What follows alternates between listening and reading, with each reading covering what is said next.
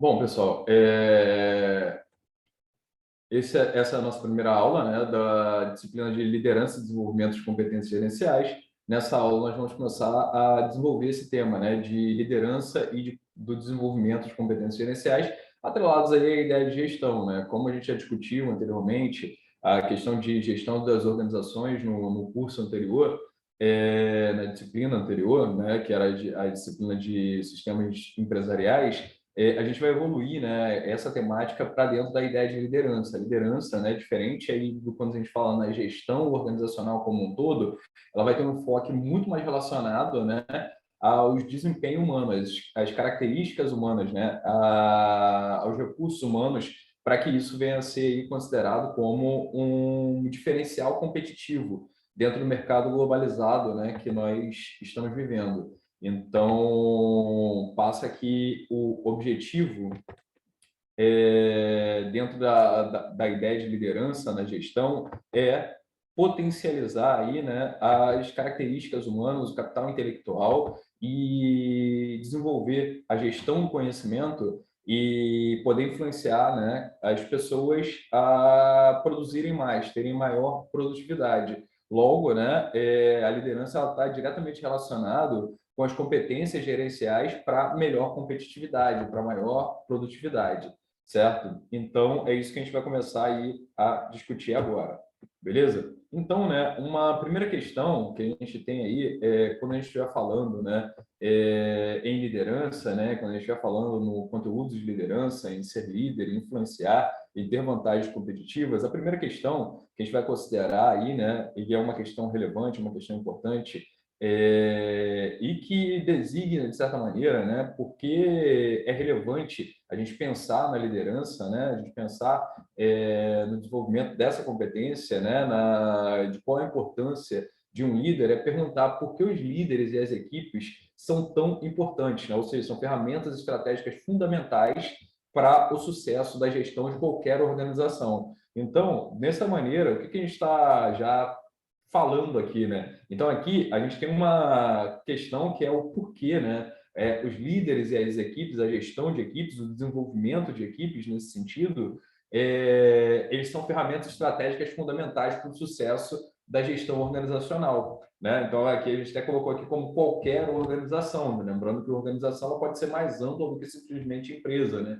Dessa maneira, a gente tem organizações públicas, organizações do terceiro setor, né? E a organização, basicamente, nesse sentido, é um conjunto de pessoas, né, que tem um objetivo comum, ou seja, estão desenvolvendo uma tarefa, uma atividade com um objetivo social comum, estão de acordo aí dentro desse objetivo social, dentro de chegar a um objetivo, lograr um objetivo, né?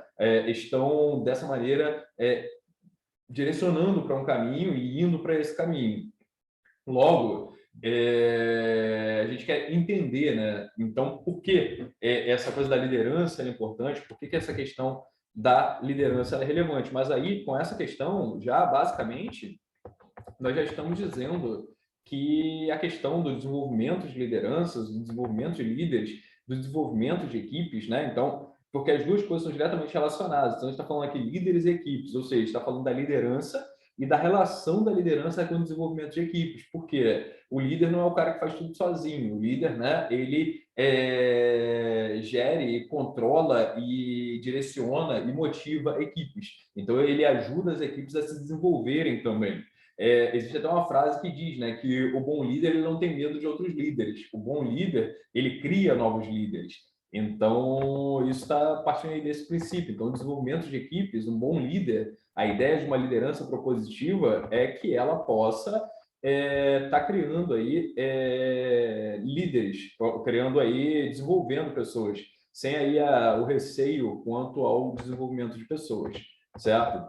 Então, essa aí seria a primeira coisa. E aí a gente vem, né, com as possibilidades aí de contestar essa primeira pergunta, essa pergunta inicial, essa indagação inicial aí da nossa disciplina, do nosso curso. E aí nós podemos assumir que possíveis respostas, né, para entender essa posição dos líderes do desenvolvimento de equipes como ferramentas estratégicas para atender a dinâmica do mercado, né? Ou seja, o mercado, existe o mercado, na realidade, basicamente, muitas vezes, né, a gente ouve as pessoas falando e comentando, não, porque o mercado, não sei o quê, né? E pensa como o mercado é uma entidade, né, central e que toma decisões. Não é, né? Na realidade, não é isso. Na realidade, quando a gente fala do mercado, a gente está falando da colaboração desconexa de várias pessoas que estão aí se integrando, certo? E voluntariamente, fazendo trocas voluntárias e colaborações voluntárias e que chegam a vários resultados ao longo do tempo. Então, o mercado, na realidade, está relacionado a cada decisão individual dos indivíduos que comunicam, né, e transferem bens e serviços. Então, né, que comunicam informações e que prestam um tipo de serviço para outros indivíduos, certo? Para outras pessoas. Então, essa é a ideia do mercado, a dinâmica do mercado. Então, quando a gente está falando da dinâmica do mercado, a gente não está falando de uma entidade, né, como um Deus, né, que decide as coisas oniscientemente e estão indo para um posicionamento, como se fosse uma espécie de líder, uma espécie de ser supremo, né? E não é isso. O mercado é a interação de diversas pessoas. Então, por exemplo, nós, como pessoas, como indivíduos, quando a gente vai comprar um produto, o que a gente quer? A gente quer o melhor produto, né, com o menor preço e o mais rápido possível, vamos dizer assim. Então, o mercado, com a globalização, ele colocou aí os negócios numa posição cada vez mais dinâmica para atender aí as demandas das diversas pessoas, dos diversos indivíduos dentro desse mercado, certo?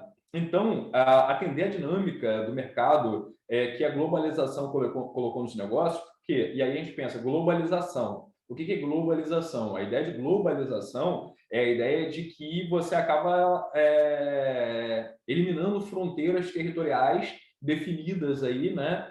Como, por exemplo, e principalmente as fronteiras de países. Então, por exemplo, às vezes você tem lá economias que defendem aí a posição de um Estado, de uma nação, né? E outras que não são tanto. Então, por exemplo, quando a gente fala em paraíso fiscal, né? Quando a gente está falando em paraíso fiscal, o que a gente está falando? A gente está falando em nações, né, em países que eles não vão cobrar tantos impostos e também não vão querer que você dê tantas explicações de como que você conseguiu tanto dinheiro. E aí, né, isso daí é o que normalmente é paraíso fiscal. Ele não tem a cobrança de impostos, as chamadas offshore. Então, por que muitos empresários eles abrem lá uma offshore? Porque ele não quer ser tributado por um determinado país específico, certo? Então, o Estado está determinando que ele tem que pagar uma certa quantidade de impostos, né, sobre o lucro daquela organização que ele desenvolveu, né? E aí, muitas vezes, se abrem lá as offshores, que é para fugir, né, um pouco dessa cobrança de impostos. Um caso recente que talvez possa aí ser interessante falar nesse sentido é o caso que, por exemplo, parece que só os Estados Unidos e mais um país no mundo eles cobram imposto do seu indivíduo, do seu cidadão, mesmo que ele esteja vivendo definitivamente em outro país. E aí isso daí foi definido, né, no penúltimo governo dos Estados Unidos, o governo do Obama. E aí, os Estados Unidos ele cobra o imposto mesmo que o indivíduo ele esteja fora do país. E aí, muitas pessoas, né, empresários, na ideia de defender os seus recursos, né, defender as suas empresas, defender o seu patrimônio, eles abriram mão da cidadania americana para não ser obrigado a pagar esse imposto simplesmente por ser cidadão americano, mesmo que ele é americano, ele fez toda a fortuna em outro lugar e fez dinheiro, abriu empresa, desenvolveu, gerou emprego para outras pessoas, fez negócio em outro lugar, mas ele é americano, então teoricamente ele tem que pagar o imposto para os Estados Unidos. Um cara que abriu mão da cidadania americana e não tem muito tempo é o Eduardo Saverin, né? Provavelmente vocês já escutaram, sabem quem é o Eduardo Saverin, já devem ter até visto lá a rede social, que é o brasileiro que era um dos sócios iniciais lá do Facebook, né? E teve a questão do processo dele contra o Mark Zuckerberg e tudo mais. E o cara, agora parece que ele é um investidor anjo de empresas, né, pequenas, e ele está em Singapura. E aí ele é brasileiro e ele conseguiu a nacionalidade americana. Entretanto, devido a essa situação da cobrança de impostos, ele abriu mão da cidadania americana. A cidadania americana passou a não fazer mais sentido para ele nesse sentido, já que ele queria proteger o patrimônio dele contra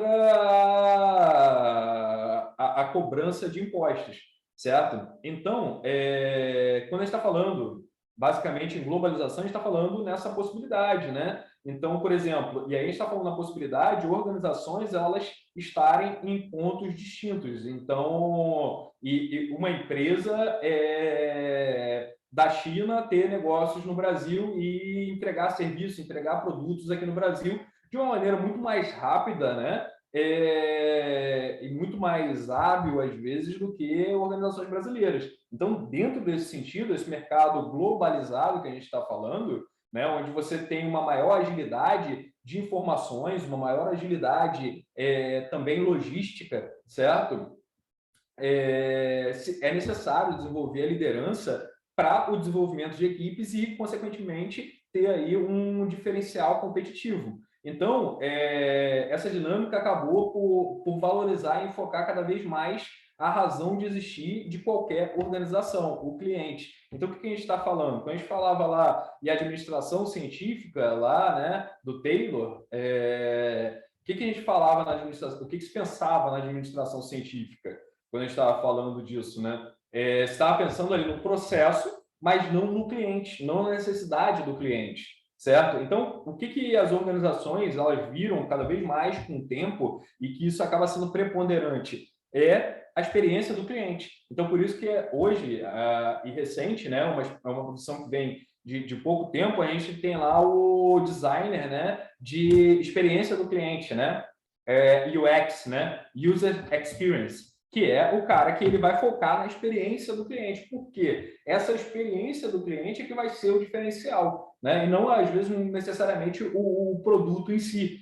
né? Porque, embora ele precise, às vezes, de um determinado produto, o que vai fazer ele definir, ele escolher entre um produto e outro é a experiência que ele tem com esse produto, né? E aí a gente pensa muitas vezes que UX está muito relacionado, né, à questão informática, à questão de site, né, mas não necessariamente. Então, a experiência do cliente pode ser como ele é tratado ao chegar no restaurante, certo?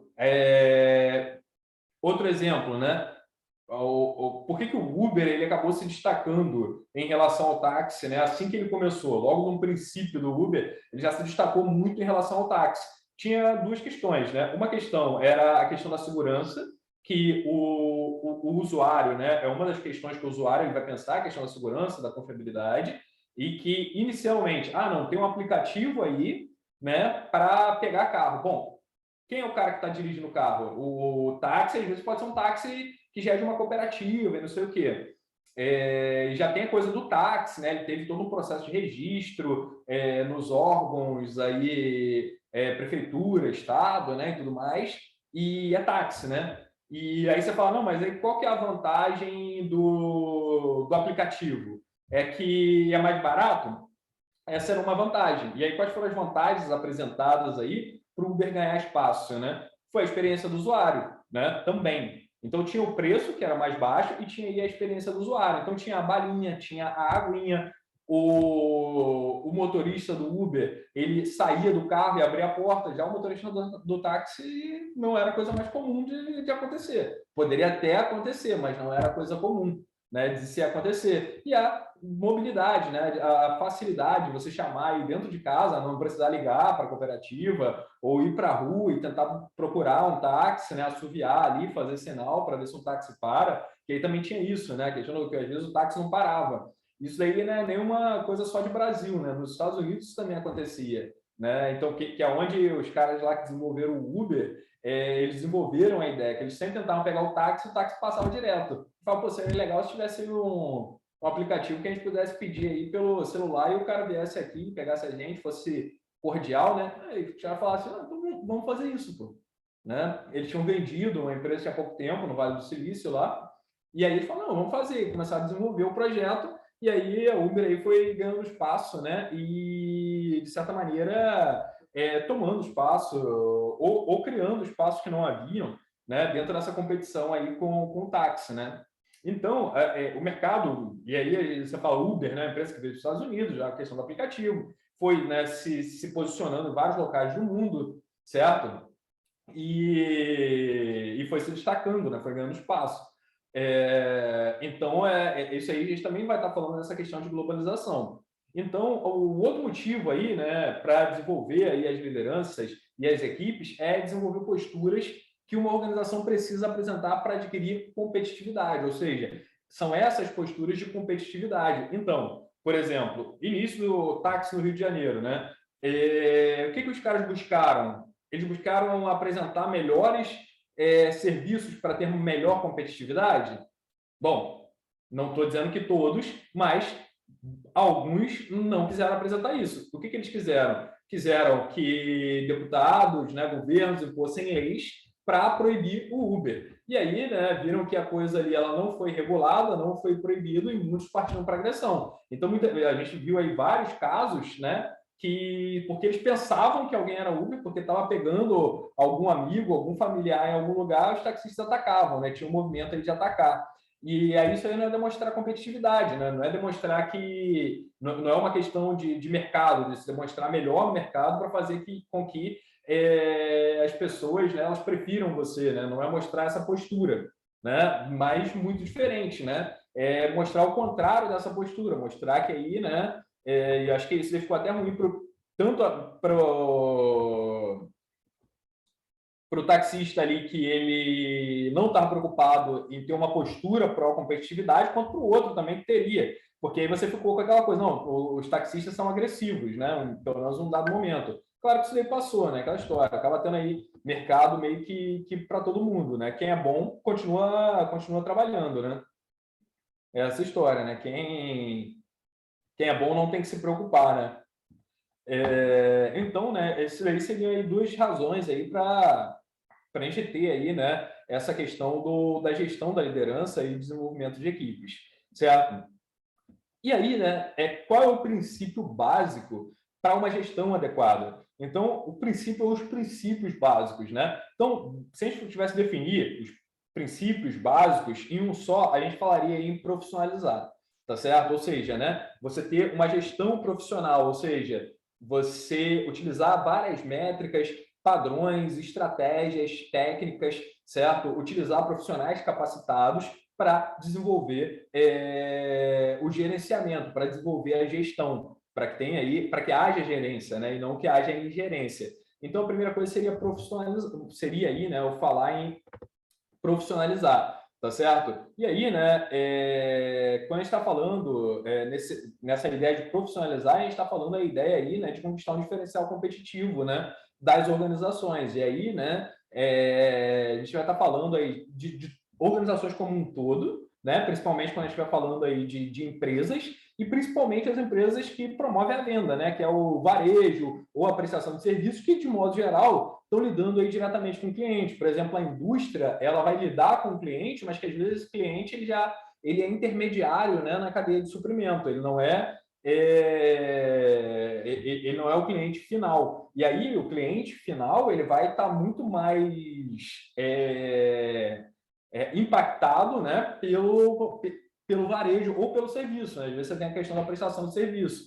E aí a gente tem vários, né, várias empresas aí que podem ser ditas como cases de sucesso, né? Como, por exemplo, a Magazine Luiza, a Havan, Pão de Açúcar, McDonald's, né? São sempre consideradas aí dessa maneira por conta do tipo de liderança, a liderança que vem desde cima, e você tem níveis de liderança estruturados dentro da organização para que de fato ela funcione. E aí, independentemente de, por exemplo, você gostar de uma dessas empresas ou não, elas têm ali uma influência da liderança, né, e uma gestão profissional. Por isso que elas chegaram onde elas estão, né?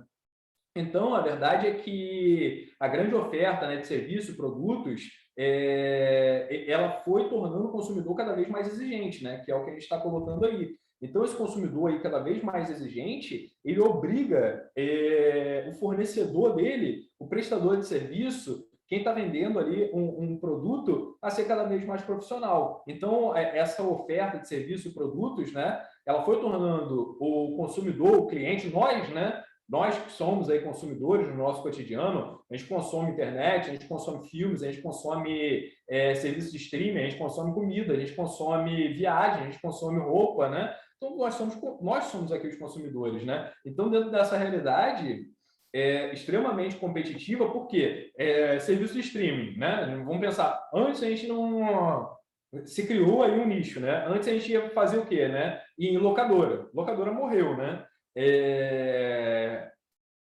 Até aqui, na realidade, aqui em Itaipuaçu, no Barroco, até um pouco tempo atrás, não muito tempo, algo, acho que uns 3 anos atrás, ainda tinha uma locadora. Eu não sei por que os caras estavam ali. Eu acho que eles eram muito cabeça dura e estavam falando, a gente não vai fechar. A gente vai ficar aqui como se fosse um museu. E aí, no fim das contas, acho que eles já deviam estar ganhando R$ 0 e só pagando dívida. E acho que ninguém já alugava e acabou que eles desistiram. Mas duraram muito tempo, né? Ninguém já praticamente já alugava mais DVD e os caras continuaram ali. Mas, né, nessa realidade extremamente competitiva, né, que a globalização coloca a gente, a única saída é profissionalizar cada vez mais a gestão das empresas, certo? E aí, por quê, né? Sempre vai surgir um competidor, sabe?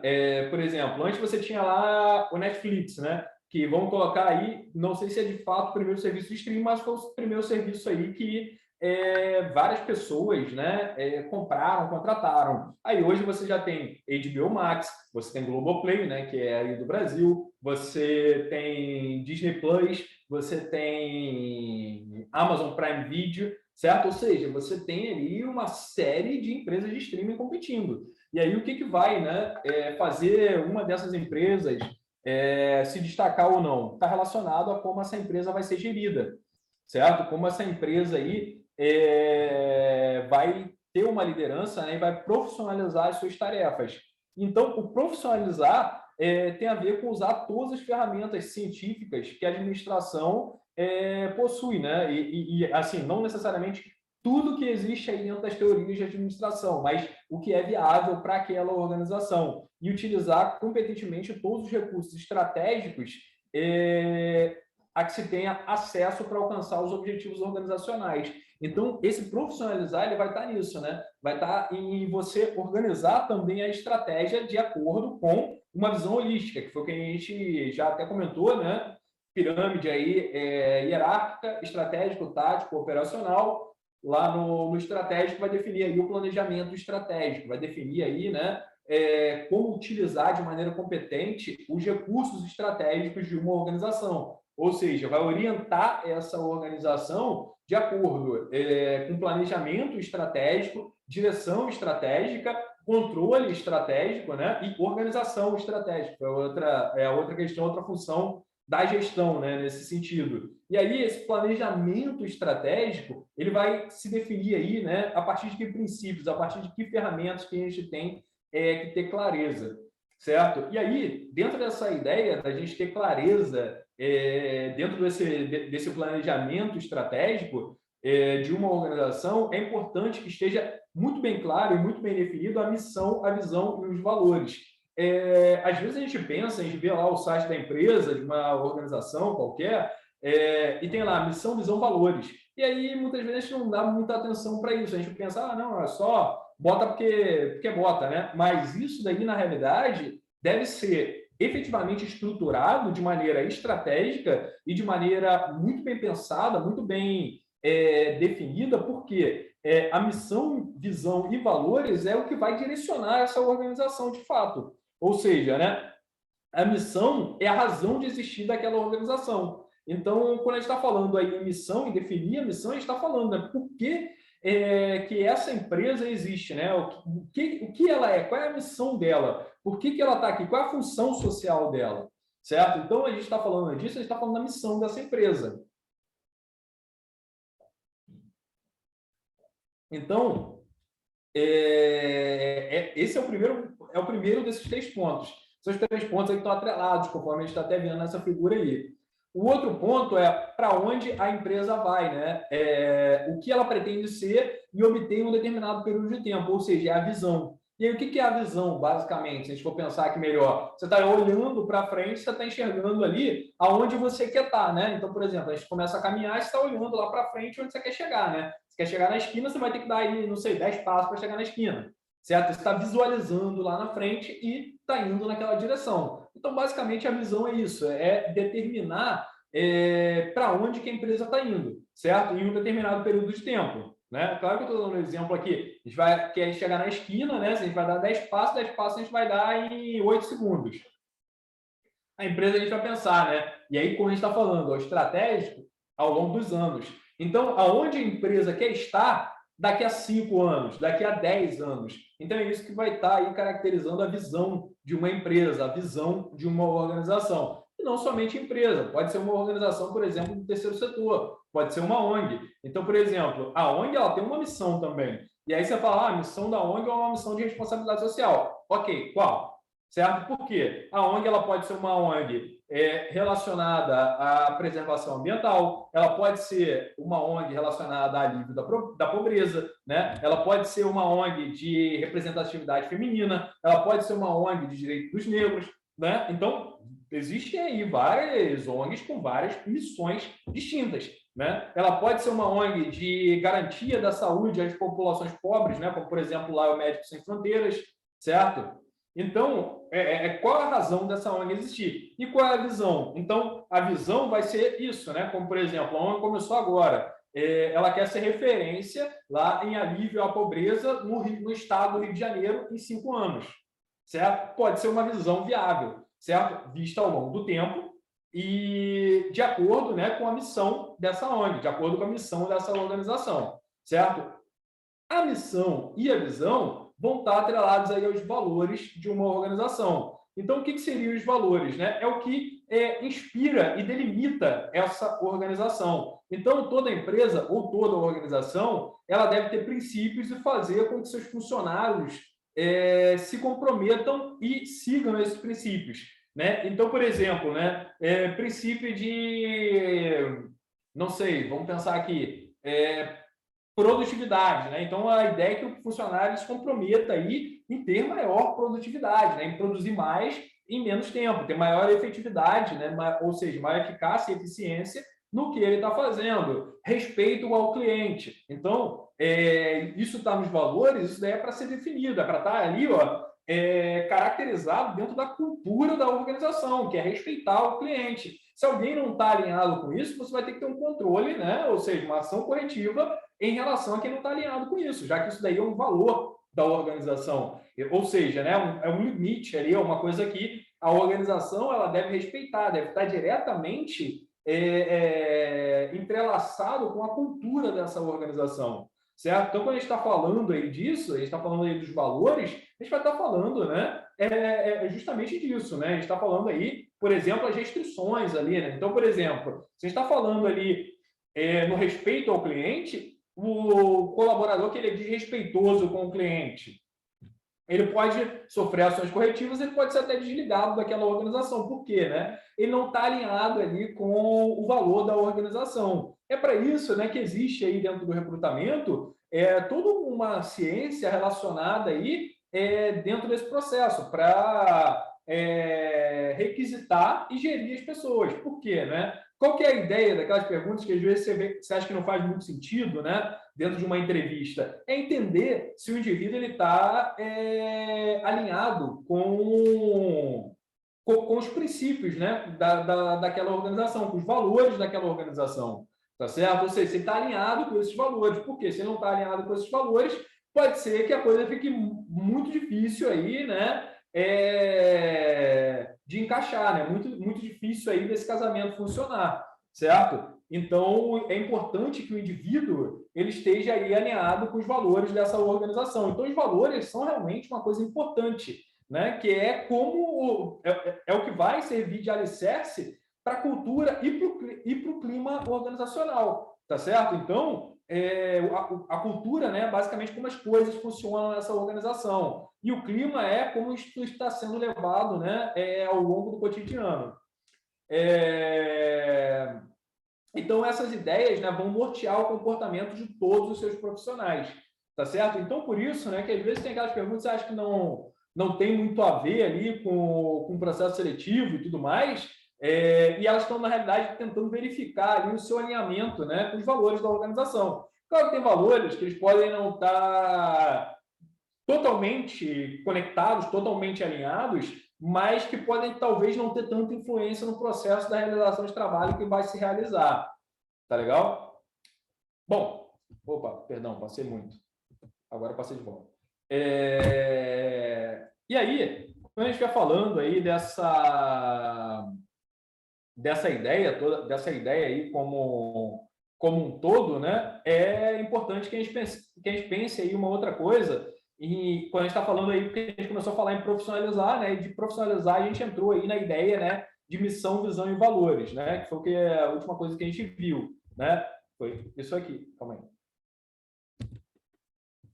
Passei muito. A missão, a visão e os valores. E aí, até seria interessante, né? Observar aí os símbolozinhos, né? A visão ali tem um olhinho, né? Ou seja, está visualizando a missão, né? É o caminho aí, né? Que vai seguir a razão desse título, um foguetinho, né? E os valores ali são os princípios ali, tá o coraçãozinho, né? Tipo, os seus valores, né? Que a gente usa aí, né? De representação, obviamente, não no teu coração, estão no teu cérebro, mas que às vezes é uma coisa mais emocional, né? Pode ser socioemocional, né? Dentro desse sentido, tá certo? E aí, já que a gente voltou aqui, só para a gente exemplificar um pouco melhor, quando a gente está falando em razão de existir, né? Quando a gente está falando na missão, né? Por exemplo, se a gente estiver falando na missão da universidade, qual é a missão da universidade? Pode ser, né? Pode ser uma educação inovadora com qualidade em suas funções e serviços de ensino, pesquisa e extensão, né? Que uma universidade ela tem esse tripé, ensino, pesquisa e extensão, visando formar o cidadão e contribuir para o desenvolvimento regional, certo? Seria uma boa missão, né? Então, a missão dessa organização é essa, né? É desenvolver a pesquisa, o ensino, a extensão, e desenvolver a região onde ela está ali, né? Instalada, onde ela está sendo reconhecida, tá certo? Aí, por exemplo, a visão da universidade. A visão da universidade pode ser, por exemplo, ser uma universidade de referência reconhecida pela qualidade das suas ações e pelos seus resultados, né? Na região, por exemplo, a Universidade de Vassouras, na região do leste fluminense, nos próximos 5 anos, certo? Poderia ser uma visão. Valores, né? O que a gente poderia ter como valores aí dessa organização?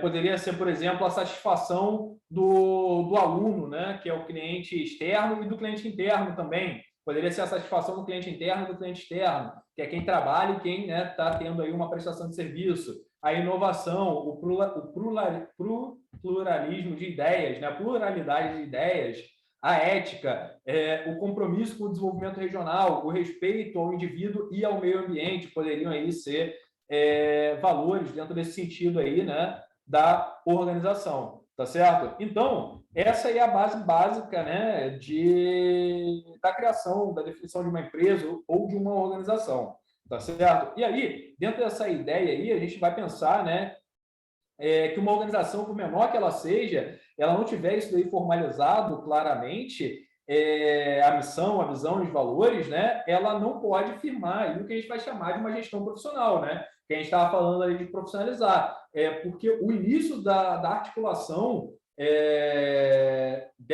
desse profissionalismo, dessa profissionalização, vai estar aí, né, vai estar nesse direcionamento, ou seja, no rumo, nos objetivos, nas metas que essa organização vai ter. Tá certo? Então, depois de já ter isso aí formalizado, uma organização ela vai precisar reunir as informações para o planejamento estratégico dela, né? E vai definir aí o que ela vai fazer para alcançar essas metas, né? Dentro da missão, da visão e dos valores.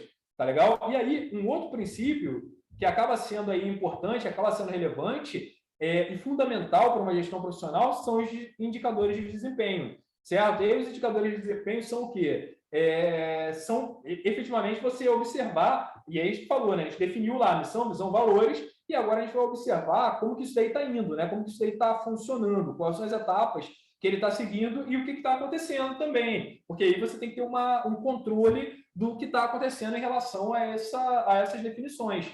Então, indicadores de desempenho, né, eles precisam ser analisados. São aí esses indicadores para se verificar se de acordo com as metas, os objetivos vistos lá no planejamento estratégico, né, missão, visão, valores, estão ocorrendo, né? Se eles estão funcionando. E se eles não estão funcionando, se eles não estão ocorrendo como eles deveriam ocorrer, se deve pensar aí nas ações corretivas para redefinir, para realinhar, né, o alcance das metas organizacionais ao longo do tempo, tá certo? Então, aí você começa a ter aí o papel do gestor, né? O papel de liderança do gestor, que é realmente observar e corrigir e atuar aí nessa correção, tá certo? Do que vem acontecendo, né? Em relação a essa organização, tá certo?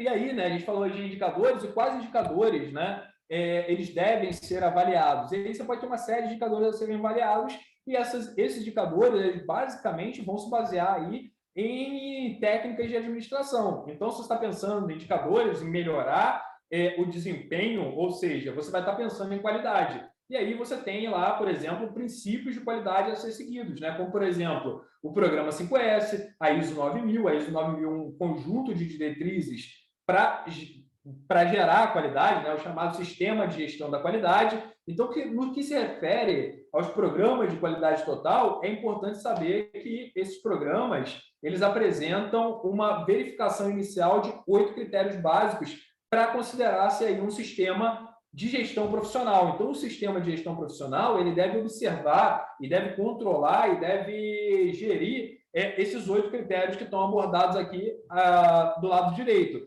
Então, os 8 critérios básicos para um sistema de gestão profissional são liderança, informação e conhecimento, estratégias e planos, processos, clientes, pessoas, sociedade e resultados. Tá certo? Então, observe aí, né, que a liderança ela está até como uma primeira coisa, né? Então, a liderança e o gerenciamento, eles vão aparecer aí naturalmente dentro desse processo. Então, o gerenciamento está aí no controle de processos, né, no resultado como um todo, de uma maneira integrada, tá certo? Então, a gente percebe o que é a liderança, né? Então, na realidade, a liderança não é simplesmente motivar, é motivar também, é ser motivador, mas é você ter essa visão da coisa ali mais como um todo, do que está acontecendo dentro e fora, e de como gerir as informações e o conhecimento. Certo? E aí a gente está ali com informação e conhecimento porque são coisas distintas, né? A informação, ela é o registro do dado, a organização dos dados, né? O conhecimento é o que você faz com essa informação. Então, isso aí tem a ver muito com o conhecimento, às vezes, de cada indivíduo. E aí a gente vai falar em gestão do conhecimento, tá certo? Tem aquela história, né? Informação é você saber que o tomate é uma fruta. Então, isso é informação, né? Você sabe que o tomate é uma fruta. Conhecimento é você não colocar o tomate na salada de fruta, né? Então, é você entender que não cabe ali o tomate, né? Embora seja fruta, mas é uma fruta que não vai na salada de fruta. Tá certo? As estratégias e planos, né? Basicamente são as coisas que estão alinhadas ali. É o planejar previamente e aí a estratégia ela também vai atuar também, né? De acordo com esse planejamento. Ela é mais funcional no planejamento e no replanejamento, tá certo? Tanto que quando a gente vê aquela pirâmide, né? Com a relação das funções das funções de gestão, a gente vai ver que no nível estratégico, o planejamento ocupa uma etapa muito maior do que a organização, do que a direção, do que o controle, né? E aí a gente tem os processos, ou seja, gerir ali, né, como as coisas são feitas. Processo é diferente de projeto, né? Projeto, ele tem um tempo delimitado. Processo é uma maneira de se fazer determinada coisa. Então, você tem, por exemplo, a ideia de gestão de projetos, e tem a ideia de gestão de processos. Estou falando isso porque provavelmente vocês já ouviram falar aí nos cursos de gestão de projetos, né? Então, na realidade, você acaba até aprendendo sobre a questão dos processos, mas o processo ele é mais contínuo, né? Ele vai continuar. ele não termina ali no final de um determinado prazo. O projeto, sim.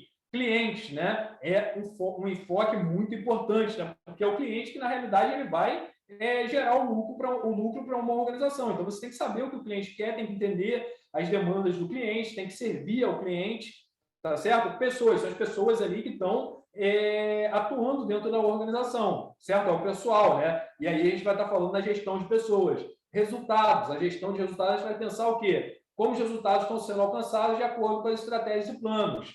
E a sociedade, né, são as pessoas que estão aí sendo envolvidas de alguma maneira, são impactadas de alguma maneira pela organização e que não necessariamente estão aí na posição de clientes ou estão na posição de pessoal que atua e trabalha dentro da organização, certo? Nesse sentido, a gente tem um alinhamento, né, entre liderança e gestão. Na realidade, a ideia do líder é que ele também seja um bom gestor, né? Então, para que uma empresa ela possa sobreviver, é preciso ela passar pela formação de equipe, de líderes e de equipes, né, que estejam unidas e integradas dentro de objetivos de gestão e consigam, né, esse líder ele consiga fazer com que a gestão ela funcione. Logo, o líder é quem inicia o processo de acompanhamento e análise contínua de indicadores. Então, esse acompanhamento e análise é basicamente o quê? É basicamente o gerenciamento. Então, a gente está falando do gerenciamento de um projeto, o que a gente está falando? A gente está falando no acompanhamento e na análise contínua desse projeto, certo? Então, quando a gente está falando de gestão de projetos ou gerenciamento de projetos, a gente está falando disso, né? A gente está falando desse acompanhamento, né, e análise dos indicadores continuamente. E no sentido, o líder, né, no sentido da organização, ele está pensando nisso para a realidade organizacional, não somente para um projeto. E quem constrói a realidade organizacional são os integrantes da equipe que constituem a empresa e que irão efetivamente colocá-la ou não em um mercado competitivo, né? Que vão aí fazer com que elas sejam de fato competitivas e se destaquem dentro desse mercado. Então, por isso que está aí, vão colocar ou não, né? Então, pode ser também que essa equipe ela não se integre e uma organização ela comece a falhar ali em atender as demandas do cliente, em atender as demandas do mercado, tá certo? Então, esse daí é um ponto bastante relevante, bastante importante, né? Para a gente refletir sobre uma organização aí ser competitiva, né? E aí a gente pensar aí nessa organização competitiva ainda dentro de um mercado global, né? Porque atualmente a gente tem a questão da globalização, novas tecnologias, novas metodologias que fazem com que o mercado ele seja muito mais globalizado, tá certo? E aí é interessante, é importante que a gente defina qual a relação, né, entre a globalização e a necessidade de uma organização sistêmica, certo? Então, o que é uma organização sistêmica? Basicamente, é a organização que tem uma visão sistêmica. Então, essas duas definições que estão aí, elas são super importantes para a gente entender essa relação da globalização e da necessidade de uma organização sistêmica. Então, o que é a globalização, né? A globalização é a abertura do mercado, né? Ou seja, hoje a competição ela é internacional. Hoje você não está simplesmente, dependendo da sua organização, somente competindo com quem está no seu bairro, com quem está na sua cidade, né? A competição ela acaba sendo internacional e às vezes a competição até mesmo dentro do mercado de trabalho, né? Vocês vejam que atualmente tem crescido como é a palavra? A pessoa que ela trabalha remoto, ela trabalha em qualquer parte do mundo. O nômade digital, né? O nomadismo digital tem crescido, justamente por conta das maiores possibilidades do trabalho remoto. Então, o trabalho remoto, ele abre um mercado global. Então, por exemplo, eu posso ser brasileiro e eu estou trabalhando... Depende do país que você está sendo contratado. Hein? Ah, sim. É aquela questão... Aqui. Opa. E aí eu passei... Bom, então, na realidade, né, a globalização ela é o quê? Né? Ela é a abertura do mercado. Né? Hoje, a competição ela é internacional, né? Ela não é somente uma competição de mercado de bairro, né? De região, ela é internacional. O auge das revoluções tecnológicas, principalmente a disseminação da internet, informações, né, descentralizadas, distribuídas, levam a uma enorme interdependência de mercados. Ou seja, enquanto um país cresce, o outro perde mercado. E se um país enfrenta dificuldades econômicas, deixará de comprar e consumir de outro país, né? Então, o que a gente está falando, basicamente, quando a gente está falando disso? A gente está falando da interdependência, né, entre mercados globais, né? Então, por exemplo, não sei, se acontece alguma coisa hoje nos Estados Unidos e morre todo mundo, afetam todo o mercado global, né? Então, por exemplo, a Rússia, né? A Rússia que basicamente, né, transporta gás para a Europa inteira. Se a Rússia parar com gás para a Europa para, né? Então, a gente tem essa interdependência nesse sentido, né? E aí, dentro desse sentido, as organizações elas têm que ser sistêmicas, ou seja, elas têm que ter uma visão sistêmica. O que seria a visão sistêmica, né? A visão sistêmica seria a habilidade, né,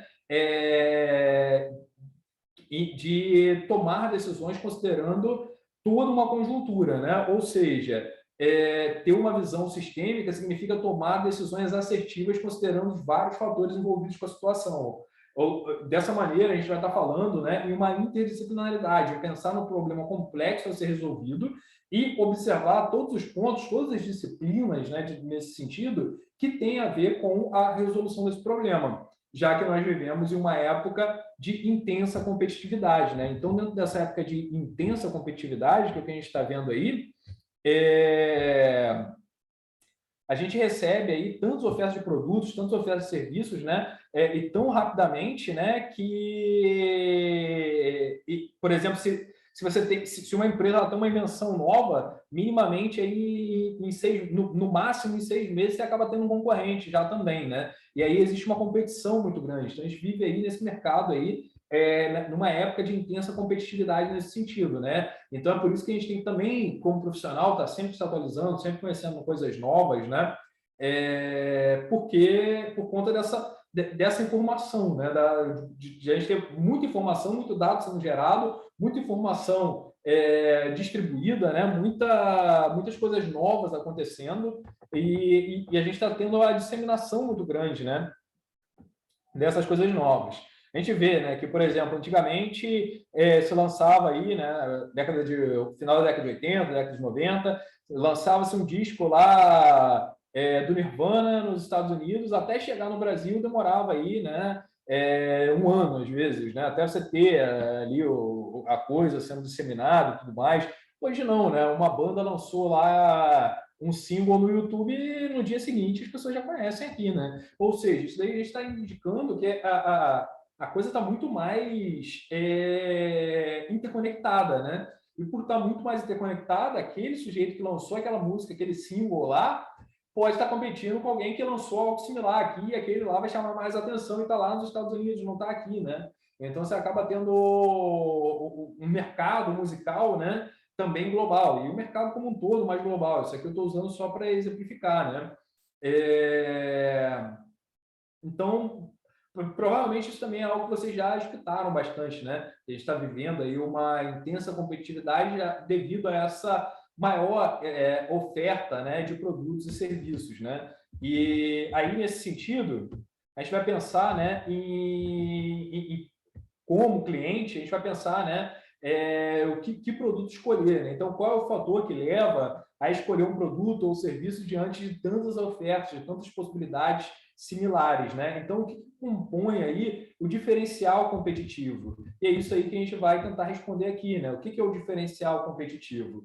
O diferencial competitivo ele está na forma como as pessoas elas estão dispostas, né, numa organização, já que a gente tem tantas coisas similares, vai acabar tendo que ver com o capital intelectual, né? Como que se vai diferenciar, como que esse capital intelectual, né, que é aí os conhecimentos que as pessoas possuem e aplicam dentro das empresas, eles vão ajudar essas empresas aí a alcançarem seus objetivos organizacionais, tá certo? Então, o principal diferencial competitivo ela acaba estando aí no capital intelectual das empresas, que vai resultar aí, né, em vantagens competitivas. Então, esse capital intelectual, esse conhecimento exposto aí em diferentes pontos, né, ele vai se refletir em termos de resultados organizacionais. E aí, esses resultados organizacionais vão estar aí, por exemplo, no custo, né, ou seja, ter menores custos tanto na produção quanto para o consumidor final, que vai chamar a atenção aí do consumidor, né? Pode ser um diferencial, mesmo que às vezes seja pequeno, na qualidade do produto ou do serviço, tá certo? Na maneira de atendimento, né? Na experiência aí do cliente, na segurança, e a gente pode estar falando na segurança de utilizar ali, física, a gente pode também estar falando aí, entre outras coisas, na confiabilidade, né? Que vai ter durabilidade, vai durar bastante tempo, como que é feita a entrega é feita de uma maneira mais rápida.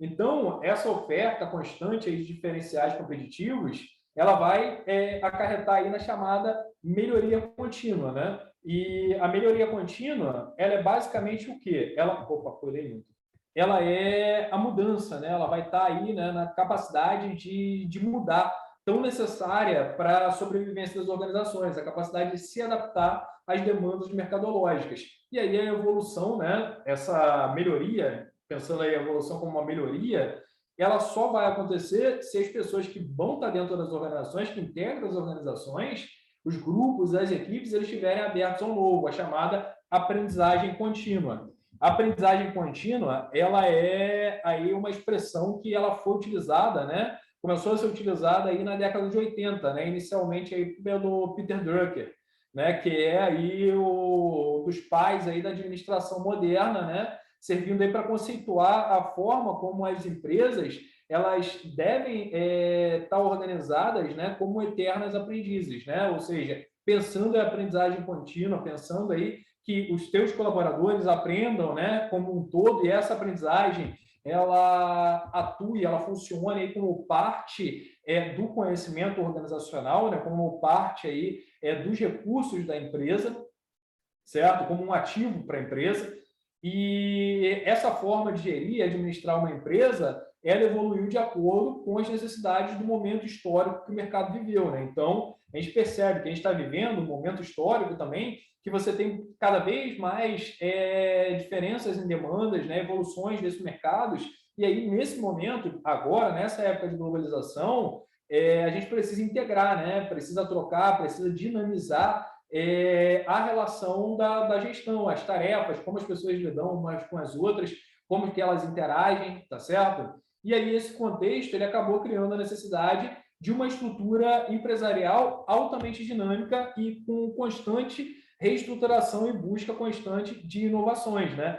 Isso daí é o que a gente vai chamar aí da empresa moderna. Então, a empresa moderna ela é essa empresa que ela, ao mesmo tempo, né, que a organização ela sofre uma pressão grande do mercado, ela vai se tornando mais humana, seja com as pessoas que estão dentro dela, seja também com as pessoas com que ela se relaciona, com os seus consumidores, né? Então, ela acaba sendo mais integradora, e aí ela tem aí a ideia de ter um diferencial competitivo dentro desse sentido, né? Suas premissas elas estão em resgatar o emocional do ser humano, né?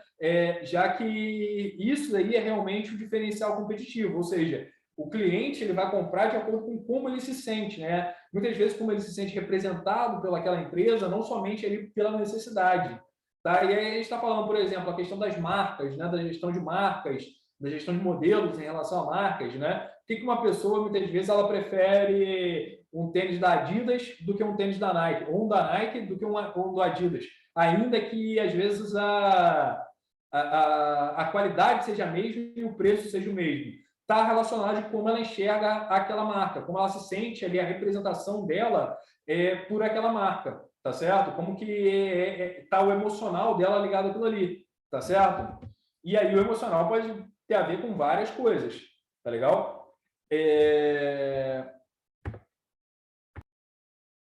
Bom, então, né, dentro desse conceito que a gente comentou aí, né, de diferencial competitivo, a gente vai ter aí a ideia de melhoria contínua, né, que a gente vai falar aí nos diferenciais competitivos, né, pensando na melhoria, a mudança e integrar aí essa empresa moderna, né, ter o nascimento aí do que a gente vai chamar de empresa moderna.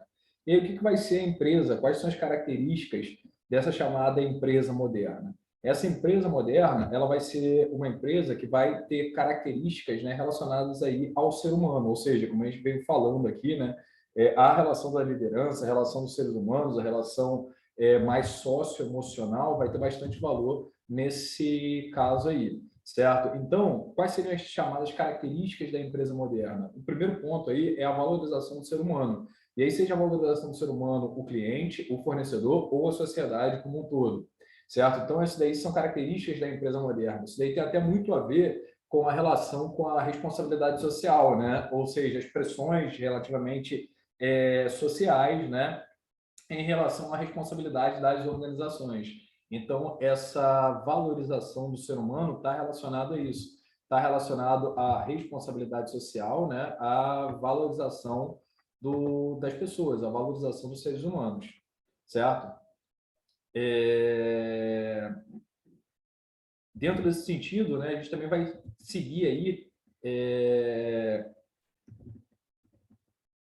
falando aí da autonomia de decisão, né? Então, acho que é uma outra característica aí de uma empresa moderna. Essa empresa ela tem autonomia de decisão, ela não ser dependente aí na hora das suas tomadas de decisão. O outro ponto é a descentralização. O que é a descentralização? Até mesmo quando a gente falou aí em globalização, a gente está muitas vezes falando em descentralizar uma organização, descentralizar a informação e às vezes até descentralizar mesmo fisicamente, né? Ou seja, descentralizar no sentido de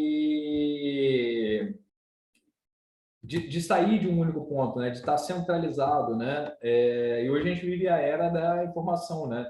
Descentralizada e distribuída. Então, para as organizações, né? Isso acaba tendo que ser similar, né? Acaba tendo que ser igual. As organizações elas também têm que ter aí essa característica de estarem descentralizadas, certo? O outro ponto aí, o quarto ponto que a gente está vendo aí, é a alta capacidade do corpo gerencial, ou seja, a capacidade de liderança, a capacidade de motivar, a capacidade de compreender, a capacidade de visualizar de maneira conceitual e holística. O outro ponto, né, da empresa moderna seria aí a flexibilidade de funções, né? Você ter aí funcionários que são flexíveis, né? Até em relação àquilo que a gente às vezes pensa de que uma empresa tem uma pessoa, se a pessoa ela se afastar do trabalho, não tem quem faça o trabalho. Então, a questão da flexibilidade de funções está até atrelado a esse tipo de resolução, né? Então, se alguém se afasta por algum motivo, existe outro alguém que entende, pelo menos minimamente, daquela função e que pode executar ali aquela função, dividir aí a realização daquela função, ao menos parcialmente, com alguma outra pessoa. A outra coisa é ter um trabalho sinérgico, né? Sinergia não necessariamente quer dizer que a coisa vai acontecer tudo ao mesmo tempo, mas vai acontecer, né? Se encaixando dentro do tempo, né? As etapas, as tarefas vão se encaixar umas com as outras dentro do tempo. Então, por exemplo, duas coisas podem estar acontecendo de maneira simultânea para que se encontrem em um passo no futuro, em um dado momento no futuro. Então, nesse sentido, a gente vai estar falando aí, né, dessa ideia de um trabalho sinérgico, né? As outras características são as considerações dos valores pessoais, né? Considerar aí os valores pessoais, né, das pessoas de fato estão na organização. E o outro ponto são a visualização, né, e as responsabilidades, a ter responsabilidades. Aí a gente pode estar falando responsabilidade de diversas maneiras: responsabilidade social, responsabilidade ambiental, responsabilidade em relação a acidentes, responsabilidade em relação ao mercado, responsabilidade em relação aos investidores, né? Diversos níveis e tipos aí de responsabilidades, certo? Isso porque, né, o cenário competitivo atual ele acabou demandando, né, esse perfil mais humano, né, que efetivamente constitui aí as organizações modernas. E a tecnologia, né, enquanto diferencial competitivo, ela cria aí às vezes alguma ilusão de que o desenvolvimento humano ele é impulsionado pelo tecnológico, mas na realidade acaba sendo o inverso, né? Porque as pessoas, né, motivadas e fazendo parte aí dessa organização é que elas vão motivar esse desenvolvimento tecnológico, né? Esse desenvolvimento aí de tecnologias, né? Para de acordo com que elas se sintam integradas aí em uma organização, tá certo? Então, os países desenvolvidos, né, passam atualmente por um processo chamado onda de qualidade e produtividade, né? E o próximo ciclo, né, incluído junto com isso, qualidade e produtividade, é a criatividade, em que as empresas elas vão se destacando conforme elas aproveitam as ideias, né, como matéria-prima para os seus produtos, ou seja, né, a criatividade, o conhecimento aplicado aí a essa relação de qualidade e de produtividade em uma organização, tá certo? E aí, dessa maneira, a gente pode considerar isso aí, essa imagem que a gente está vendo. A gente está vendo aí essa imagem que está dizendo que as empresas, elas vivem aí uma era, né, da inteligência em rede. Então, a empresa eficiente em forma de rede. Então, esse daqui seria um modelo, né, de empresa em forma de rede. E a rede não quer dizer, né, quando a gente está falando empresa em forma de rede, a gente está falando só a questão de rede informatizada, né, de rede de computadores, de internet, não. A gente está falando de conexões, né? Então, a gente está vivendo, né, então, essa relação de rede de tecnologia, de rede de relacionamentos criativos entre seres humanos, né? De inovação dentro desse sentido, né? Que acabam surpreendendo o cliente, que é o mercado, né? Na realidade, e basicamente a gente está percebendo isso daí nessa imagem, né? Esse desenvolvimento desse tipo de relação, dessa relação, né? De redes. E aí a gente está vendo esse tripé aí, tecnologia, promessa e mudança, né? Então, qual é a tecnologia, né? E qual é a mudança, né? E qual que é a promessa aí, né? Então, a net, né? Ou seja, a rede. Então, a empresa interligada em rede. Aí a gente está falando realmente de rede, né? De computadores, né? E aí que a gente vai pensar aí como mudança, né? A riqueza, o desenvolvimento social atrelado a isso. A computação interempresa, né? Ou seja, a gente tem uma empresa estando ampliada e a gente tem um novo modelo de relacionamentos entre empresas, né? Entre organizações. A infraestrutura da empresa, né? A tecnologia. E aí a gente tem uma empresa integrada, né? Desenvolvendo aí transformação organizacional. A computação em grupos de trabalho. A gente vai ter aí como promessa, né? Como ideia, o que a gente está buscando aí é uma equipe de alto desempenho. E com isso a mudança é uma reformulação de cargos e processos. A gente vai falar aí da tecnologia de multimídia de pessoal. Então, a gente vai ter o indivíduo, a promessa do indivíduo inteligente.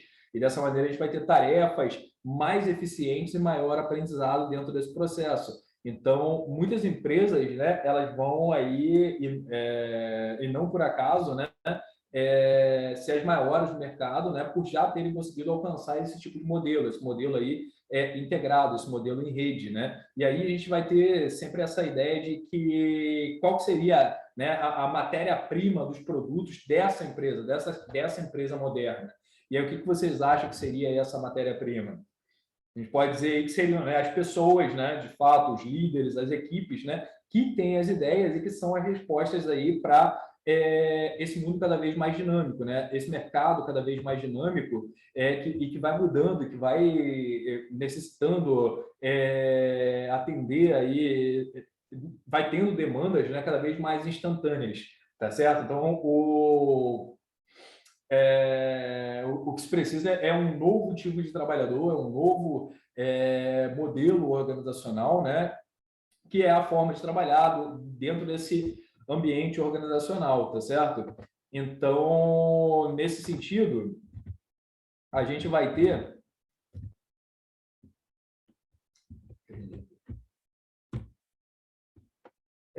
essa empresa aí buscando atender, né, o próprio mercado, né, o próprio mercado de trabalho, justamente para poder ter o diferencial competitivo, né? Pensando-se aí que o diferencial competitivo para os produtos, né, são de fato as pessoas que participam dessa organização. Uma organização, para se destacar, ela tem que ser excepcional para se trabalhar, tá certo? Então, dentro dessa ideia de ser excepcional para se trabalhar, isso daí vai estar relacionado às questões de liderança, do líder entender como que a empresa dele também vai captar pessoas, né? Ou seja, essas pessoas vão ser o que vão potencializar o desenvolvimento dessa organização. Então, a empresa, para ser considerada excepcional para se trabalhar, ela deve ter um bom desempenho econômico a fim de gerar estabilidade, né? Ninguém vai querer trabalhar em uma empresa que está falindo, né? Que não se tem aí perspectiva de futuro. Então, dentro desse sentido, uma empresa que tem estabilidade, que demonstra ter estabilidade, é uma empresa, né, um desempenho econômico, né, nesse sentido, é uma empresa que você vai visualizar, essa é uma empresa grande, é uma empresa que eu quero trabalhar, é uma empresa que tem futuro, né? Essa empresa também, para se demonstrar excepcional para o trabalhador, ela precisa estar em crescimento, avançar no mercado, saber competir. ser receptiva a novas ideias de produtos ou novas ideias de processos ou novas maneiras de gestão, certo? Então, aquela velha história, né? Não é assim que funciona há 30 anos, isso já não funciona mais, né? Não necessariamente porque funciona assim há 30 anos as coisas mudaram. Não quer dizer que vai funcionar agora. Essa empresa deve oferecer oportunidades reais de carreira, né? Planos de carreira, de desenvolvimento, da pessoa se desenvolver. E porque esse desenvolvimento da pessoa também está sendo muito mais rápido, né? Deve oferecer um bom pacote de remuneração, né? Então, independentemente, por exemplo, a gente vê isso daí em países que, às vezes, como a Suíça. A Suíça não tem salário mínimo, né? É um exemplo. Não tem um mínimo de remuneração. E as remunerações são super altas, né? Então, é de acordo com essa demanda existente aí por bons profissionais, né? Então, se remunera melhor, pensando nesse pacote de remuneração. Essa empresa ela deve saber adequar benefícios e incentivos às necessidades e anseios das pessoas. A comunicação ela deve ser aberta e as relações transparentes, ou seja, os funcionários eles devem saber onde, como e quando a empresa quer chegar. Então, eles estão ali caminhando junto com a empresa, eles fazem parte daquela organização e estão caminhando junto com essa organização.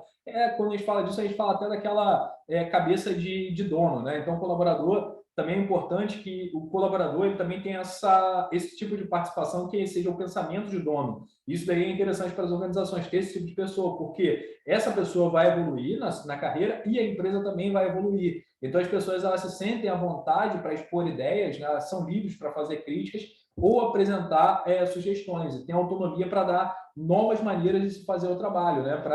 Isso é muito mais comum na área de tecnologia, né? Você ter aí, por exemplo, às vezes você tem o júnior, o sênior e o pleno, e os três às vezes acabam conversando, né? Acaba dando muito mais de uma questão de conhecimento, de tempo ali, do que muito igual existe ainda em algumas empresas, né? Aquela coisa de patente, né? O cara é seu chefe, ele é chefe, acabou, não tem opção, né? Então, o tipo de empresa para o mercado atual, né?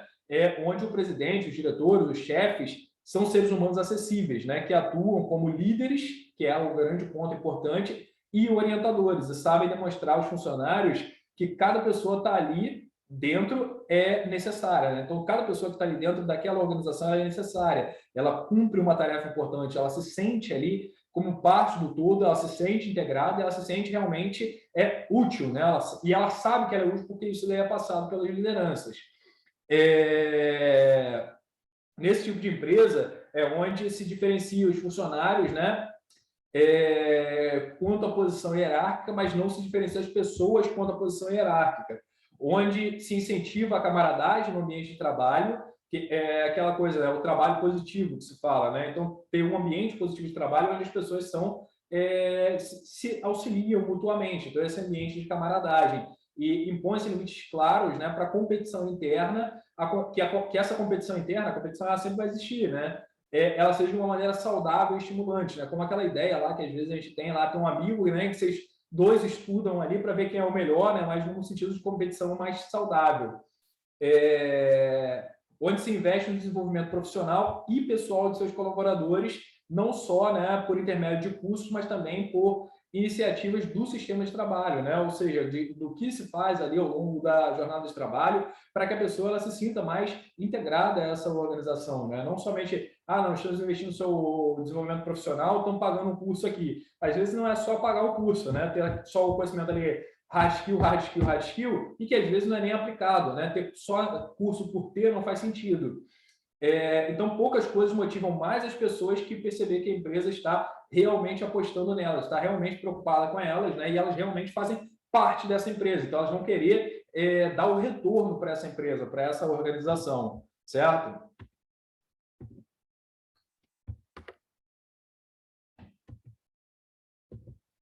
Bom, e aí, dentro desse contexto de uma empresa excepcional para se trabalhar, a ideia é que se busque desenvolver, né, um modelo de excelência em gestão. Esse modelo que está aí na imagem para vocês é o modelo do FNQ, da Fundação Nacional da Qualidade. Então, esse modelo ele vai integrar o quê? A ideia de liderança, o ponto inicial aqui desse modelo, tá certo? A liderança vai desenvolver aí estratégias e planos, essas estratégias e planos vão impactar e vão influenciar e vão receber informações de pessoas e processos, e as informações e o conhecimento vão englobar esse modelo de excelência e gestão como um todo, né? Atendendo a clientes e atendendo a sociedade, que vai chegar aí no centro, no enfoque, que são os resultados. Então, esse modelo aí é o modelo do FNQ de excelência em gestão, certo? Então, esse modelo de excelência em gestão, ele vai, né, integrar a ideia administrativa a uma visão sistêmica. Então, essa visão sistêmica é visualizar todos esses pontos aí como um todo. Então, essa figura aí, né, da FNQ, que é essa instituição que ela fundamenta, né, processos de excelência e gestão, processos de qualidade no Brasil, ela vai ser concebida, né, tendo como base os fundamentos dessa excelência, sendo aí constituído aí por 8 critérios, né? Esses 8 critérios estão aqui nesse próximo slide. Então, aqui esse modelo, ele vai ter esses seguintes critérios: a liderança, estratégias e planos, clientes, sociedade, informações e conhecimentos, pessoas, processos e resultados. Foi o que a gente viu ali integrado, né, na figura anterior, certo? Então, isso daí a gente está vendo, a gente está percebendo que, por exemplo, a liderança aí é o primeiro ponto, né? A gente percebeu lá na imagem também, né? Então, porque a liderança é a expressão da essência do fundamento, né? Daquela organização, né? De seguir aí os propósitos, seguir os objetivos. Então, a liderança é o que vai propiciar isso, tá certo? Aí, a partir, né, o líder ele vai ter aí uma visão, né, mais sistêmica, né? E vai estar influenciando e também aprendendo, né? E tendo uma relação direta com o aprendizado organizacional. Então, a sobrevivência e o sucesso dessa organização, ela vai estar diretamente relacionada à capacidade dela atender as necessidades e as expectativas, né, dos seus clientes. Então, o cliente aí é um ponto importante que a gente viu ali na imagem, que está relacionado aí aos planos, né, e estratégias, que aí vão identificar, né, quais devem ser as demandas a serem atendidas, né, que produtos devem ser utilizados, o que deve ser desenvolvido. E aí, do outro lado, para que haja a continuidade nas operações da organização, é importante, né, que ela satisfaça também as necessidades e expectativas da sociedade, ou seja, das comunidades, né, com as quais ela interage de uma maneira ética, ou seja, cumprindo leis, preservando os ecossistemas, desenvolvendo ações de responsabilidade social, né? E aí, como a gente falou, né, o principal ponto aí é a liderança, que é o conceito que vai, né, que a gente vai vir aqui estudando nessa disciplina. Então, a liderança aí, né, é o princípio da organização, da prática e da vivência de uma organização que vai impulsionar essa organização, tá certo? É onde se vai, de fato, integrar os outros pontos, por isso que a liderança aí é o primeiro ponto, é o número 1, ela vai integrar aí os outros pontos, né, no sentido de atingir as metas organizacionais e considerando-se aí ainda o aprendizado organizacional, né? O que se aprende nesse processo. As estratégias, elas vão ser formuladas, como a gente vê aí, né, nessa imagem, as estratégias e os planos, que é o ponto 2 aí, elas são formuladas pelos líderes, né, para direcionar a organização e o desempenho dessa organização, né, de uma maneira competitiva, tá certo? Então, são estabelecidas aí as metas que vão considerar as projeções, né, de acordo com os projetos, né, e de acordo com os concorrentes também. Então, pensando isso aí, como que vai acontecer o desdobramento dessas estratégias em todos os níveis da organização, né, aí pensando-se principalmente no longo prazo, mas que esse longo prazo vai dar base para o médio e para o curto prazo, tá certo? Então, aí a gente vai ter um líder aí como um grande estrategista. As pessoas, né, elas vão compor aí, elas vão atender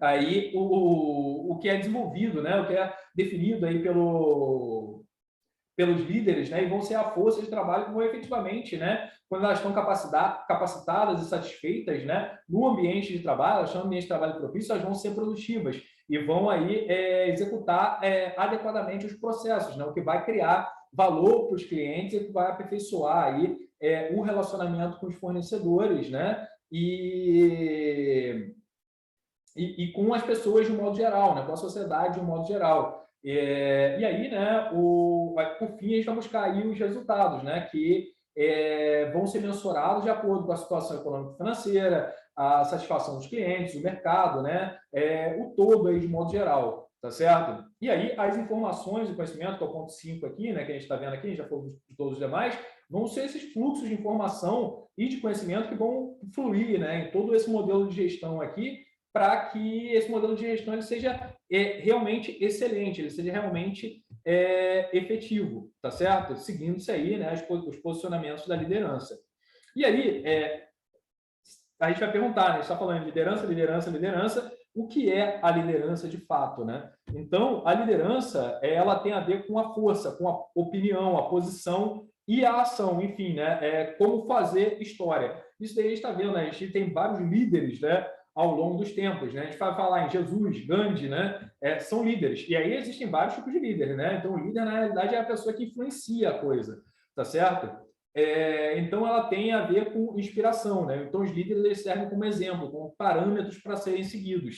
Essa imagenzinha que eu coloquei aqui ao lado, né? Ela é bem interessante para isso, né? Então, o cara está na posição de chefe, né? Ele é aquele cara que manda, ele está sendo puxado. O líder, né? Ele é o primeiro da ponta, puxando, né? Mais forte, motivando os demais, né? Existe até um ditado, não sei se vocês já ouviram, né? Que é o dono do caixão puxa pela cabeça, né? O que isso quer dizer, né? Quem é o responsável aí, né? O dono do caixão, o dono do cadáver, não sei, depende, não lembro direito. É o cara que puxa na frente, né? Ele puxa pela cabeça porque é a parte ali, né? Que ele vai puxar realmente, né? Então, o líder é esse cara que puxa.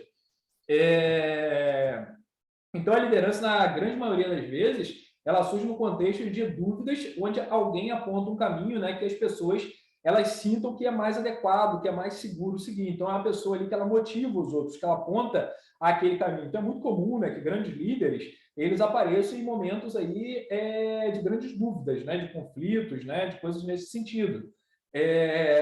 Então, obviamente, né, seria ideal que, nesse sentido, que o chefe ele também fosse um líder, tá? Mas voltando aqui, né, por exemplo, claro que não é um exemplo de liderança do bem, mas, por exemplo, o Hitler era uma liderança. Como que ele surgiu?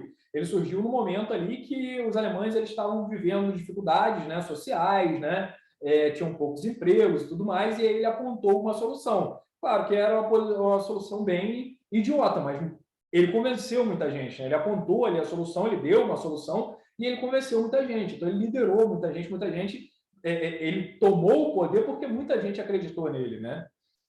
Então, só para exemplificar essa questão e a questão histórica também, né? Então, nesse sentido, obviamente, seria o ideal que o chefe ele fosse um líder do bem, né? Não fosse um Hitler aí. Então, o chefe, o diretor, o gestor, né? Enfim, né? As funções que tem o poder, né? O poder a gente entende como quem tem ali dentro de uma hierarquia, né? Está na posição de apontar o que deve ser feito, tem habilidade também de liderança, né? Então, isso que a gente vê até aqui na imagenzinha do lado.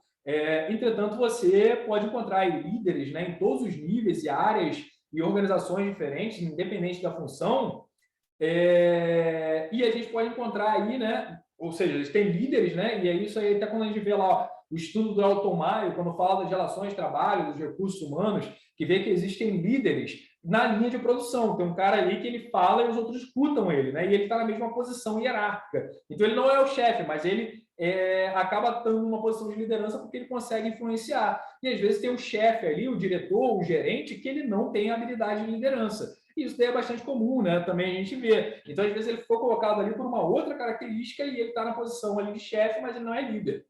E a liderança, né, é a principal responsável pelo futuro das empresas, em função da enorme pressão, né, que a concorrência trazida aí pela globalização vai apresentar nesse sentido, certo? Então, né, a gente vê aqui essa imagem, e aí voltando à ideia do chefe, do líder, né, o cara que ele está, às vezes, na posição de chefia, ele pode ser líder, e ele pode ser só chefe. E aí, quando ele é só chefe, a gente tem essa diferença aqui, que talvez seja uma imagem que até vocês já tenham visto, né? O chefe, ele manda, né? O líder, ele orienta, que é diferente, né? O chefe é aquele cara do mando porque eu posso. Você obedece se tiver juízo, né? O líder não. O líder, ele orienta. Ele fala, não, que tal se a gente for por aqui? O chefe, ele fala eu, né? É aquela história. Se desenvolve um projeto, ele coloca o projeto como se... E o projeto também feito, ele fala eu, né? Como o gestor, né? Eu fiz, eu aconteci. E o líder não, o líder ele engloba os outros, ele dá crédito para os outros, né? E isso daí é uma coisa que motiva as pessoas a serem lideradas por ele. O chefe ele fala vai, faz, né? O líder ele fala vamos, né? Ele tenta, ele se compromete, ele puxa a coisa ali pela cabeça. Então, ele vai buscar auxiliar, né? Ou seja, diferente do chefe que está ordenando, ele está centralizando as coisas nele e está buscando servir para os demais. Então, o líder ele serve para os demais. O chefe ele procura um culpado, enquanto o líder ele acompanha, ele não está procurando um culpado. O chefe, se deu algo errado, ele não vai. Aí, nesse caso, não vai ser o eu fiz, né? Vai ser ele fez. O culpado é ele. O líder ele vai acompanhar, vai dizer nós, né? Eu aqui me equivoquei, visualizei alguma coisa errada e vai acompanhar ali para a coisa funcionar da maneira correta. O chefe ele fiscaliza, o líder ele confia. O chefe ele desmoraliza, e o líder ele assume a responsabilidade, ou seja, ele não desmoraliza, ele orienta, ele assume a responsabilidade, ele fala que foi ele também é responsável ou corresponsável, né? Dentro do sentido aí de qualquer tipo de falha, tá certo? E aí a gente já vê aqui, né, vários conceitos aí relativos à liderança. Acho que dá tempo. Então, liderança é o uso da influência não coercitiva para dirigir as atividades dos membros de um grupo e levá-los à realização de seus próprios objetivos, né? Ou seja, não é mandar, né? Não é eu mando porque eu posso, tu obedece porque tem juízo. Os grandes líderes, né, nos mobilizam, inflamam nossa paixão e inspiram o melhor dentro de nós, né? E o Peter Drucker ele fala que o líder é aquele que influencia para suas ideias e ações, o pensamento e as atitudes dos outros, né? Ou seja, e aí tem uma frase que eu também gosto bastante, que é do Ludwig von Mises, né? Que é ideias e somente ideias iluminam a escuridão. Então, o líder influencia a partir de ideias, né? Ele não influencia a partir da imposição. A liderança ocorre sempre que alguém procura influenciar o comportamento de um indivíduo ou de um grupo, qualquer que seja a finalidade. E aí a gente está falando influenciar, é pela influência. O líder é a pessoa que vai à frente para guiar ou mostrar o caminho, ou precede ou dirige qualquer ação, opinião ou movimento. O líder é aquela pessoa que, graças à sua personalidade, dirige um grupo de pessoas com a participação espontânea de seus membros, né? Ou seja, os membros vão participar espontaneamente. É o fator humano que ajuda um grupo a identificar para onde ele está indo e assim motivar-se em direção aos objetivos. A orquestra e todas as organizações requerem lideranças para desenvolver o máximo dos seus preciosos ativos, né? Ou seja, o ativo ali, que é a pessoa nesse sentido, vai se desenvolver melhor a partir de uma liderança coerente, tá certo? E aqui, para finalizar já quase, a gente tem alguns exemplos de lideranças, tá? Então, a gente tem aí exemplo de líderes em empresas, líderes na política, né? Líderes aí que a gente vai ver aí ao longo da história, né? Certo? E aí, né, até para responder essa questão, né, a liderança, tem até um ponto que a gente viu ali anteriormente que fala como que a personalidade, mas essa questão da personalidade ela pode ser desenvolvida também, tá? Porque às vezes também se pensava, né, que o líder ele já nasce com isso, né? É uma característica própria que ele nasce com isso e aí quem não é líder nunca vai ser. Mas não, na realidade a gente pode entender como uma habilidade a ser desenvolvida, tá certo?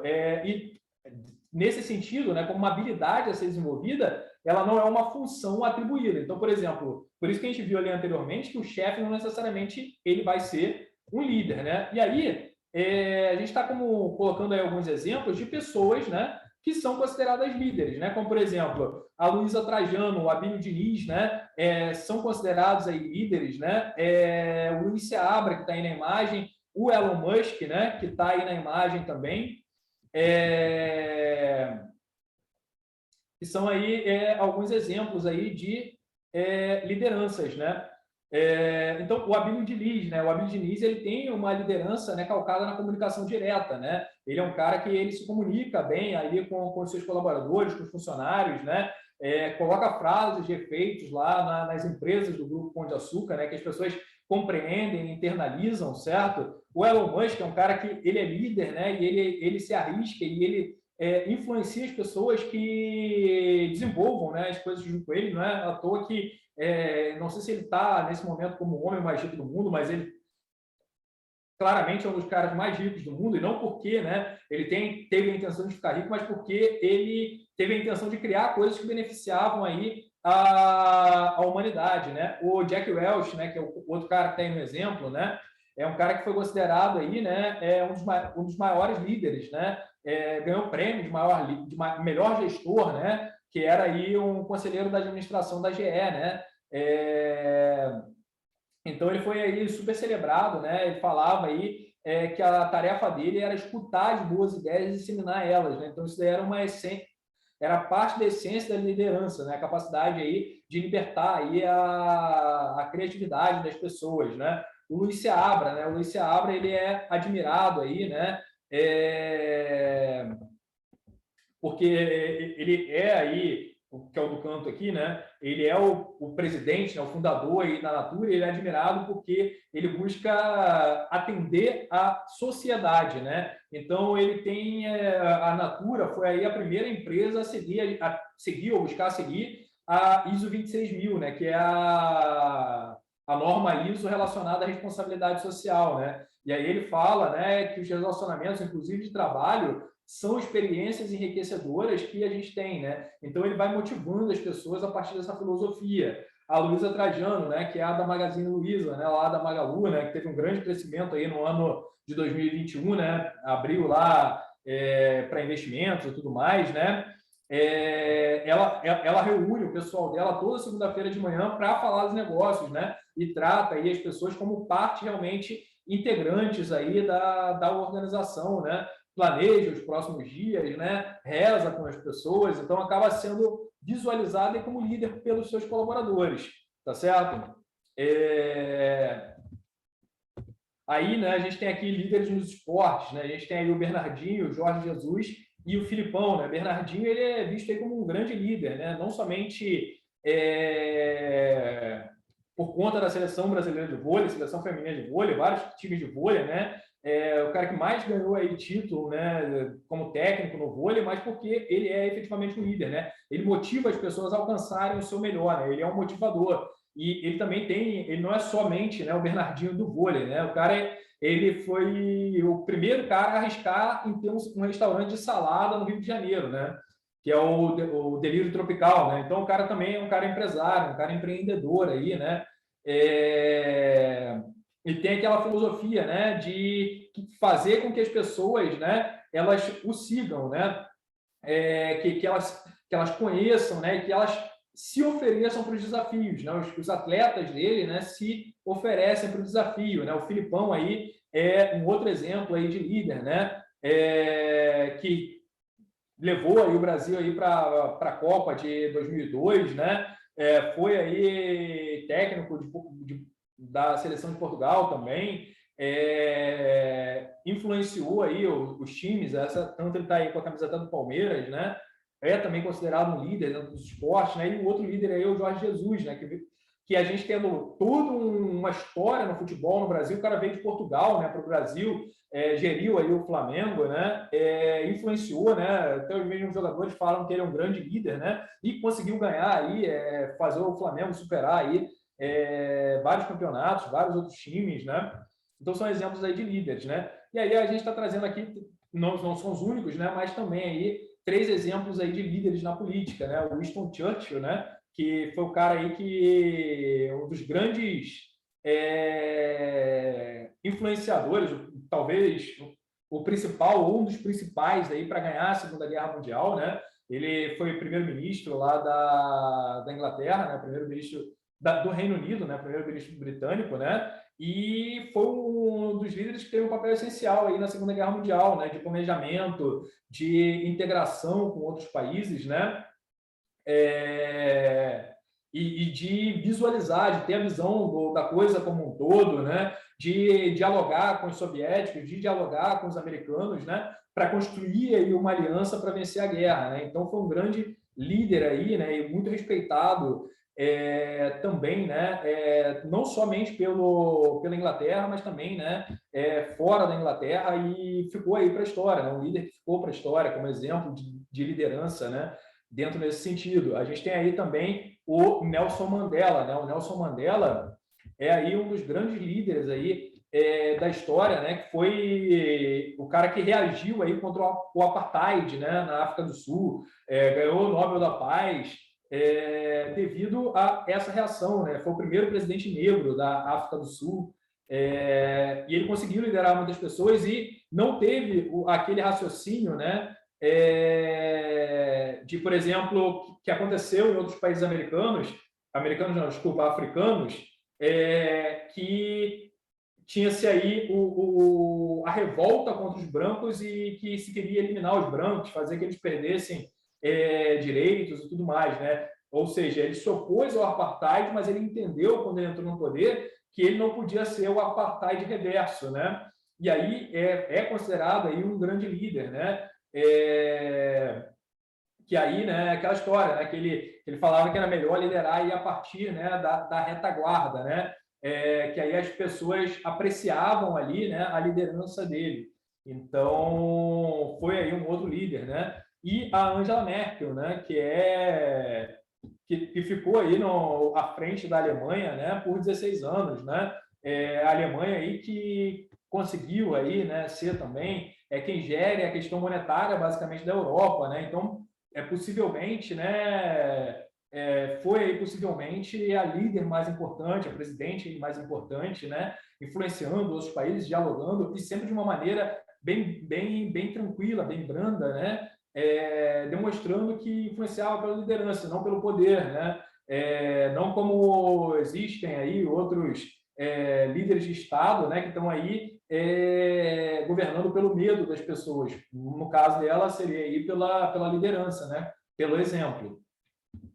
Bom, galera, por hoje é isso aí. Por hoje é só. Espero aí que vocês tenham gostado.